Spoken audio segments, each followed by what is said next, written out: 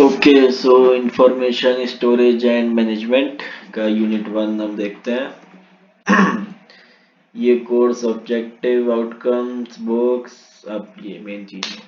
Information storage, why information storage, digital universe, the information explosion. तो ठीक है, नाम से समझ में आ रहा है कि जब से हम डिजिटली आए हैं, ट्रांसफर हुए हैं, तब से मतलब हो रहा है फिलहाल तो, पर जब से डिजिटल यूनिवर्स एरा में आया है तब से इंफॉर्मेशन इंक्रीज होती जा रही है एक्सपोनेंशियली।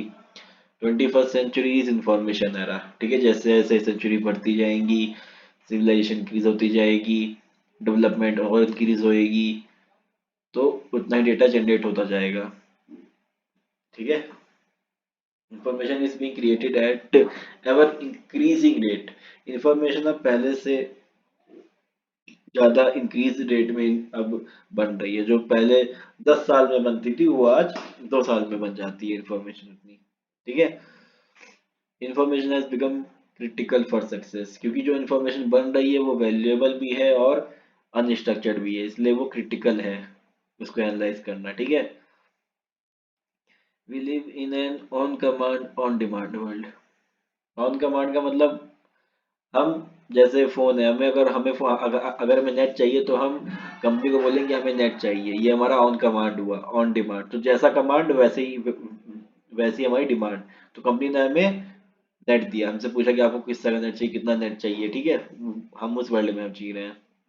जैसे सोशल नेटवर्किंग साइट्स हो गई, emails, videos and photo sharing website. ठीक है, ऑनलाइन शॉपिंग, हमें अगर कुछ चाहिए होता है हम तुरंत गूगल खोलते हैं, अपनी डिजायर्ड चीज निकाल देते हैं उससे। ठीक है, search engine etc। Information management is a big challenge, तो इसलिए इंफॉर्मेशन का मैनेजमेंट करना वो बहुत बड़ा चैलेंज है, क्योंकि डेटा वैल्यूएबल भी है और at the same time unstructured भी है। तो ऑर्गेनाइजेशन का काम क्या है यहाँ पर, उसको स्टोर करना, प्रोटेक्ट करना, optimise leverage the information quality optimally. ठीक है, अब आते हैं डेटा पर। What is data?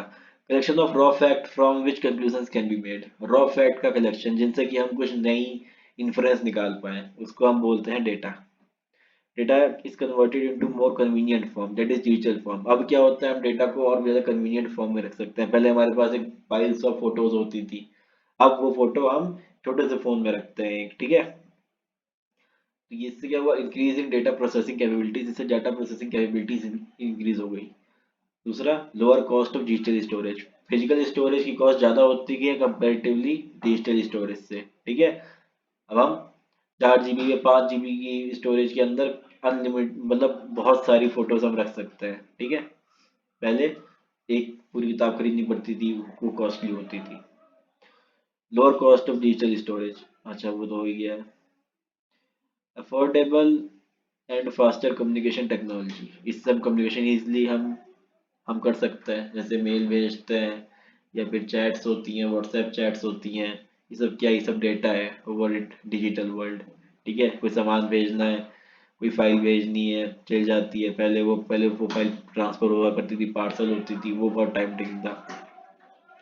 डेटा बना कौन रहा है, हम खुद बना रहे हैं और बिजनेसेस बना रही हैं डेटा। ठीक है, categories of data. Categories of data में आता है, data can be categorised as either unstructured और स्ट्रक्चर्ड। ठीक है, over 80% of enterprise information is unstructured. ठीक है, और अनस्ट्रक्चर्ड बढ़ रहा है एट एक्सपोनेंशियल रेट। ठीक है, तो स्ट्रक्चर्ड हमारा 20%, अनस्ट्रक्चर्ड 80%। अनस्ट्रक्चर्ड में आते हैं टेबल के फॉर्मेट में data, rows and column. Unstructured में contact form, image, manual, x-ray, check, email attachment, PDF, instant message, document, web page, rich media, invoices, audio video. ठीक है, ये सब अनस्ट्रक्चर्ड में आ गया। अब डिफाइन इंफॉर्मेशन, कि इंफॉर्मेशन क्या है। What do individual business do when, एक सेकेंड,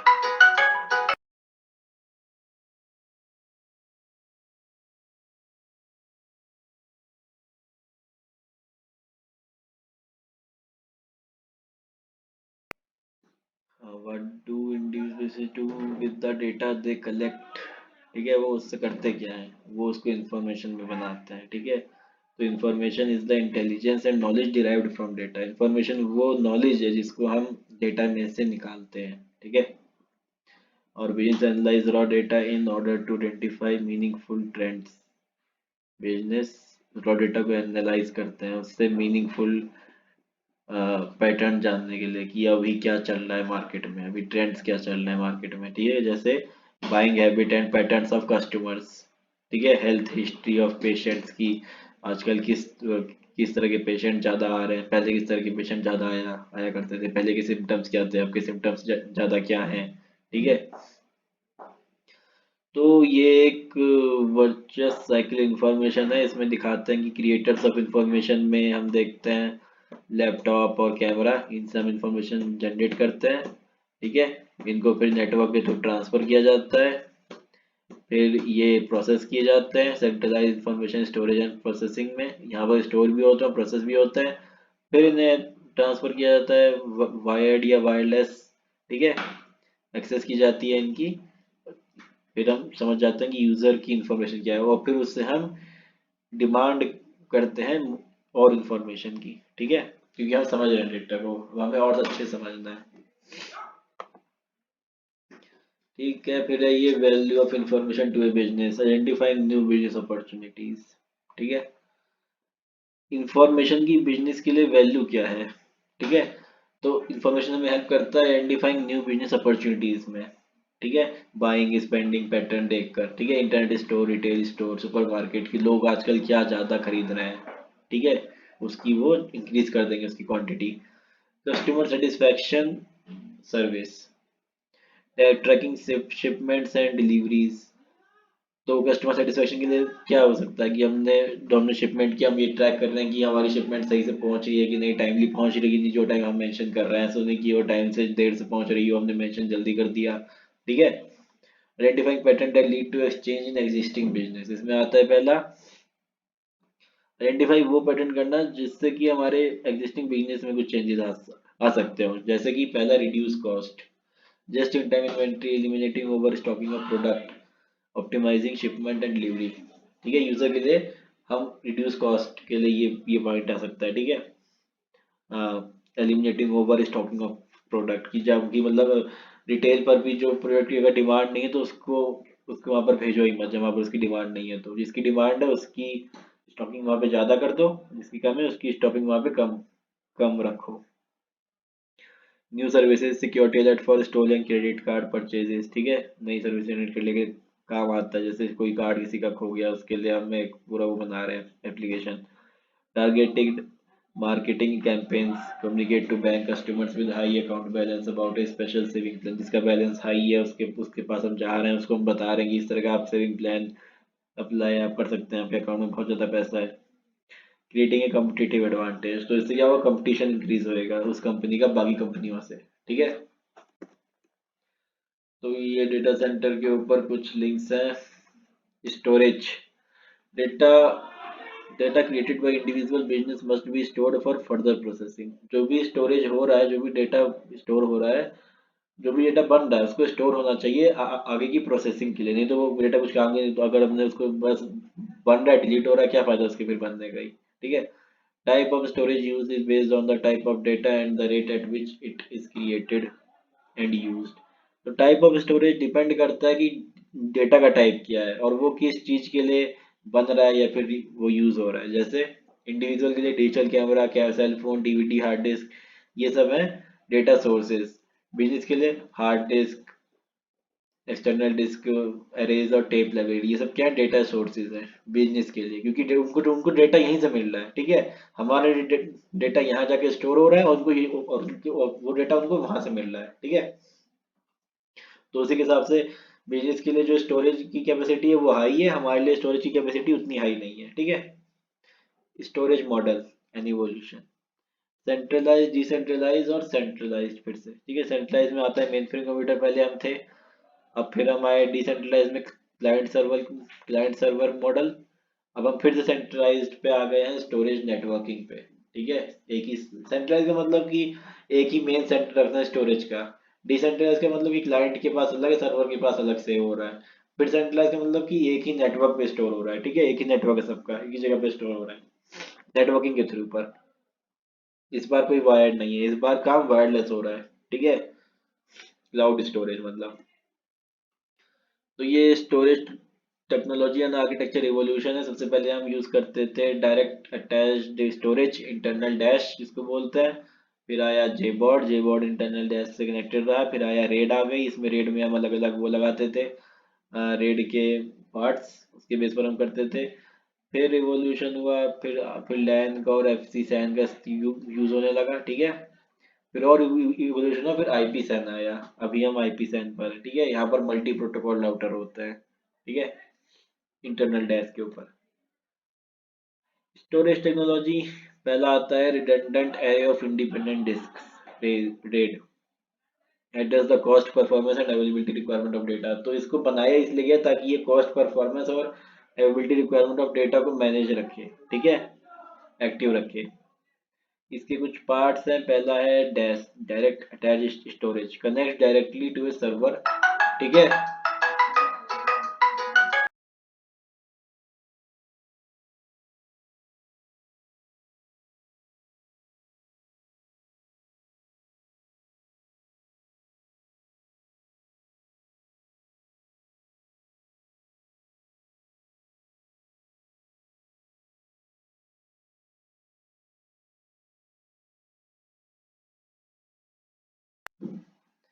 तो दूसरा आता है direct attach storage, connect directly to a server, ठीक है। डायरेक्टली ये सर्वर पे या फिर किसी ग्रुप ऑफ सर्वर से जाके जुड़ता है और स्टोरेज पे जाके जाके जुड़ता है, ठीक है। मतलब ये स्टोरेज और सर्वर को डायरेक्टली जोड़ता है। Storage can be either external और इंटरनल टू द सर्वर, ठीक है। दूसरा आता है SAN, storage area network, high performance fibre channels में यूज होता है network to facilitate block level communication between servers and storage, ठीक है। फिर आता है नेस, नेटवर्क अटैच स्टोरेज, सिर्फ और सिर्फ नेटवर्किंग के लिए यूज होता है, ठीक है। मतलब क्या कहते हैं, मतलब उसके लिए क्या कहते हैं, फाइल ट्रांसफर के लिए। It connects an existing communication network and provide file access to heterogeneous client. ये मेनली फाइल ट्रांसफर के लिए ही यूज होता है। फिर आता है आखिरी में internet protocol, IP SAN, is a convergence of technology using SAN and NAS, ठीक है। सैन में क्या होता है, हाई परफॉर्मेंस फाइबर केबल, और नेस फाइल ट्रांसफर के लिए काम आता है। दोनों को कंबाइन करते हो वो बन जाता है आईपी सैन, ठीक है। अब challenges in data storage and data management, पहला आता है एक्सप्लोडिंग डिजिटल यूनिवर्स, ठीक है। क्योंकि यूनिवर्स जो अब डेटा बनता ही जा रहा है, डेटा बहुत स्पीड से बनता जा रहा है, और हम उसको एनालाइज नहीं कर पा रहे, हम उसको स्ट्रक्चर्ड फॉर्मेट में रख नहीं पा रहे इतना ज़्यादा। तो वो एक हमारे चैलेंजिंग चांस हो रहा है, चैलेंजिंग बात हो रही कि डेटा हमारे हमारे पास बढ़ता ही जा रहा है, ठीक है। The rate of information growth is increasing exponentially. Duplication of data to ensure high availability and repurposing has also contributed to the multifold increase of information growth, ठीक है। फिर आता है दूसरा, इंक्रीजिंग डिपेंडेंसी ऑन इंफॉर्मेशन। जैसे जैसे data बढ़ता जा रहा है तो वो किसका डेटा है, हमारे बारे में डेटा है, ठीक है। तो उसके ऊपर डिपेंडेंसी बढ़ती जा रही है हमारी कंपनी होगी, ठीक है। The strategic use of information plays an important role, ठीक है, in determining the success of a business. जितना अच्छा बिजनेस उस डेटा से इंफॉर्मेशन निकाल पाएगी उतनी अच्छी उसकी सक्सेस, जितना सारा वो इंसाइट नॉलेज वो गेन कर पाएंगे उससे। तो उससे क्या हो रहा है, डिपेंडेंसी उस डेटा पे बिजनेस की बढ़ती जा रही है, क्योंकि सब कुछ उस पर रिलाय हो रहा है अब। Changing value of information, information that is valuable today may become less important tomorrow, ठीक है। आज इंफॉर्मेशन वो काम किया, कल को वो इंफॉर्मेशन तो ओल्ड हो गई ना जो आज थी, तो उसके लिए नई इंफॉर्मेशन आएगी, ठीक है। The value of information of often changes over time, ठीक है। तो उसके अकॉर्डिंग कंपनी को भी रेगुलर डेटा एनालिसिस करनी पड़ती रहती है हर चेंजिंग इंफॉर्मेशन के बेस पर, क्योंकि आज इंफॉर्मेशन वैलिड है, 10 साल बाद, 10 साल बाद वो थोड़ी ना होगी, 10 साल बाद कुछ नया आएगा। Core element of data center infrastructure, core elements आ जाते हैं, पहला एप्लीकेशन, ठीक है। मतलब डेटा सेंटर के इंफ्रास्ट्रक्चर में कोर एलिमेंट क्या होगा, खुद सोचने वाली बात है। एप्लीकेशन होना चाहिए जिसके ऊपर काम हो सके, such as order processing system can be layered on in database which in turn uses operating system service to perform read write operation करने के लिए, ठीक है। एप्लीकेशन क्या है, computer program that provide logic for computing operations के लिए, ठीक है। हमें एप्लीकेशन चाहिए। फिर हमें चाहिए डेटाबेस, हमें एक डेटाबेस मैनेजमेंट सिस्टम चाहिए उसको स्टोर करने के लिए, डेटा को मैनेज करने के लिए, ठीक है, डेटा को मैनेज करने के लिए। फिर सर्वर एंड ऑपरेटिंग सिस्टम चाहिए, ठीक है, ताकि लोग उससे हो सके कनेक्ट, उसके ऊपर हम एप्लीकेशन रन करेंगे ताकि वो डेटा उसमें जा सके आ सके। और चाहिए नेटवर्क, चाहिए communication between client and servers, between server and storage, उसके लिए हमें नेटवर्क चाहिए एक, ठीक है। लास्ट में हम चाहिए storage array, device that store data persistently for subsequent use. ठीक है, जहाँ पे डेटा स्टोर हो सके हमें उसके लिए एक स्टोरेज का एरे चाहिए। ठीक है, स्टोरेज ब्लॉक चाहिए। की requirement of data centre elements, availability की अवेलेबल होना चाहिए वो ऑल द टाइम, सिक्योरिटी की वो सिक्योर होना चाहिए ऑल द टाइम। ठीक है, उसमें कोई भी ब्रीच ना हो। स्केलेबिलिटी की, data center operation should be able to allocate additional processing capabilities और स्टोरेज ऑन डिमांड। ठीक है, स्केलेबल ही हमें, जैसे हमें और हमें और स्टोरेज चाहिए तो उसमें अवेलेबल होनी चाहिए इतनी स्टोरेज की, ऐसा ना होगी अगर कम पड़ जाए तो फिर वो हमारा ब्लॉक हो जाए, मतलब वो हमारा बंद हो गया चलना, डेटा सेंटर की स्टोरेज सारी फिल होगी, स्टोरेज ओवरफ्लो इस तरह की नहीं होनी चाहिए, ऑन डिमांड होनी चाहिए स्टोरेज। अगर कम चाहिए तो कम यूज हो रही है, ज़्यादा चाहिए तो ज़्यादा यूज हो रही है। ठीक है, परफॉर्मेंस अच्छी होनी चाहिए उसकी। ठीक है, should be able to provide optimal performance and service, all processing requested at high speed में होनी चाहिए। ठीक है, पता धीरे धीरे हो रहा है उससे कोई फायदा नहीं। Data integrity refer to the mechanism such as error correction code parity bits.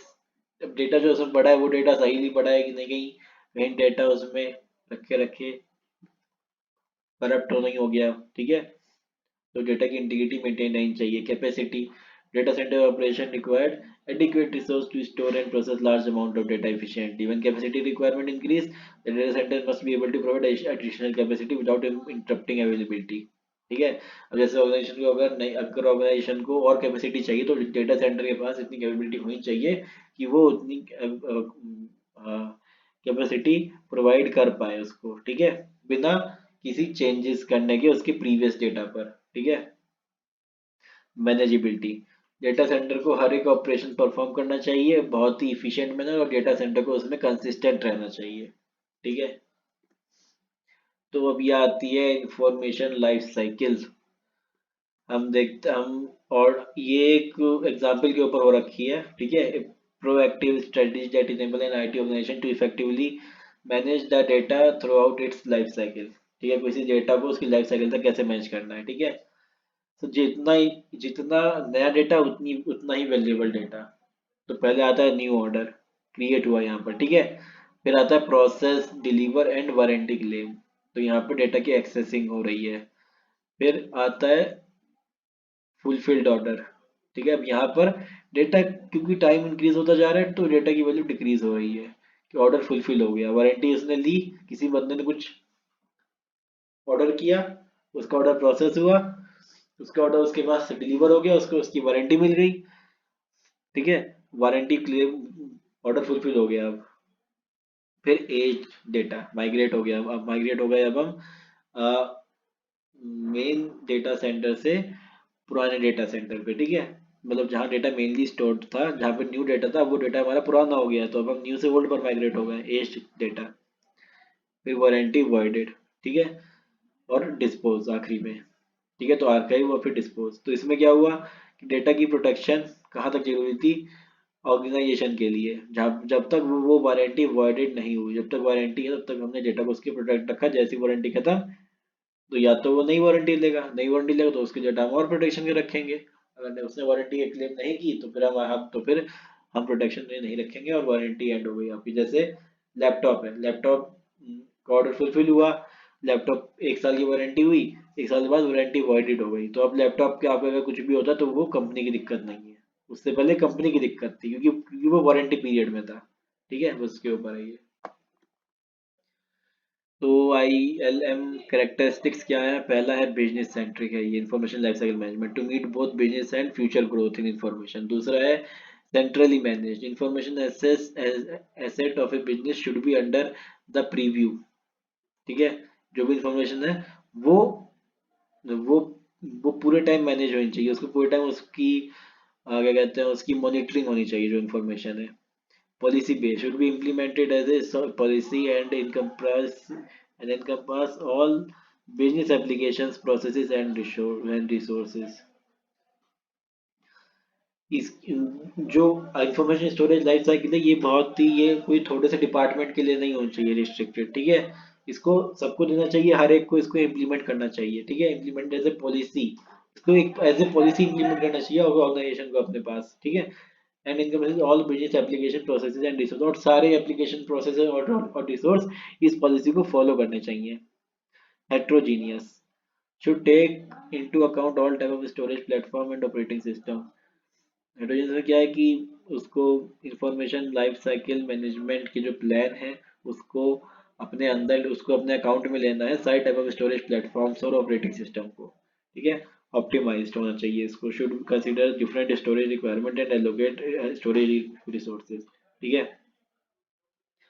कि अलग अलग स्टोरेज रिक्वायरमेंट के हिसाब से उसको कंसीडर, उसको उसकी प्लानिंग होनी चाहिए, ऑन और मतलब जैसी रिक्वायरमेंट है वैसे ही रिसोर्स का एलोकेशन हो जाना चाहिए। ILM बेनिफिट्स क्या होते हैं? पहला होता है इम्प्रूव यूटिलाइजेशन। ठीक है, मतलब हम यूजेबिलिटी इंक्रीज हो गई है, अवेलेबिलिटी इंक्रीज हो गई है, इंक्रीज विजिबिलिटी। ठीक है, सिंप्लीफाइड मैनेजमेंट, मैनेजमेंट इजी हो गया इससे। इंक्रीजिंग ऑटोमेशन, मैनेजमेंट क्यों इजी हो, क्योंकि हमें एक कॉमन स्ट्रेटजी मिल गई इम्प्लीमेंट करने के लिए, तो अब सब उसी के ऊपर सोचेंगे। इंक्रीजिंग ऑटोमेशन, ऑटोमेशन भी इंक्रीज हो गया क्योंकि डेटा आ रहा है, डेटा मैनेज हो रहा है, वो सब काम ऑटोमेटिक होता है। Wider range of option for backup, बहुत सारे ऑप्शन हो गए बैकअप पे, क्लाउड बैकअप हो गया, सर्वर बैकअप हो गया, और फिजिकल बैकअप हो गया। फिर maintaining compliance by knowing what data need to be protected for what length of time. ठीक है, तो एक पॉलिसी इससे इसने एक बना दी हर एक ऑर्गेनाइजेशन के लिए कि कितना डेटा हमें कितने टाइम के लिए प्रोटेक्ट करना है, या कहाँ तक उसकी वैल्यू है, कितने टाइम तक, वो सब ऑटोमेटिक है। ठीक है, और फिर बस चैप्टर एंड, आई होप समझ आया होगा।